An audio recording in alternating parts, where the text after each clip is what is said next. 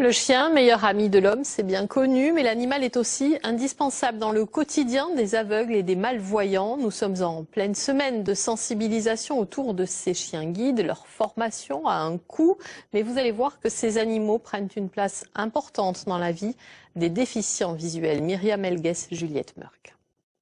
Allez Finca, on y va? Allez, doucement, doucement. Depuis un an, Finca accompagne Emmanuel dans chacun de ses déplacements.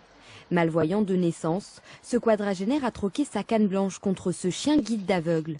Un labrador, choisi pour son caractère docile, mais surtout travailleur. Oui, c'est bien ma belle. Et tout droit la montée. Finca est donc là pour me guider dans la rue.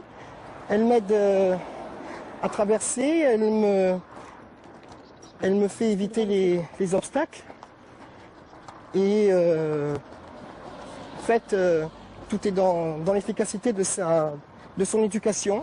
Pendant plus d'un an, l'association des chiens guides d'aveugles de Toulouse a dressé Finca. Coût de la formation, 15 000 €. Le jeune labrador a ensuite été remis gratuitement à Emmanuel. Une aide pratique au quotidien. Poubelle. Cherche la poubelle. Cherche la poubelle. Oui, c'est bien. Mais aussi un soutien moral pour vivre chaque jour le handicap. Ça va ? Pour Emmanuel, ça a changé beaucoup de choses. Déjà, beaucoup de confiance en lui, beaucoup de complicité. J'allais dire, pour se déplacer, tout ça, c'est le jour et la nuit. Donc, franchement, il y a plus de sérénité, il ne part plus angoissé. Et après un an de vie commune, Finca est devenu bien plus qu'un simple guide.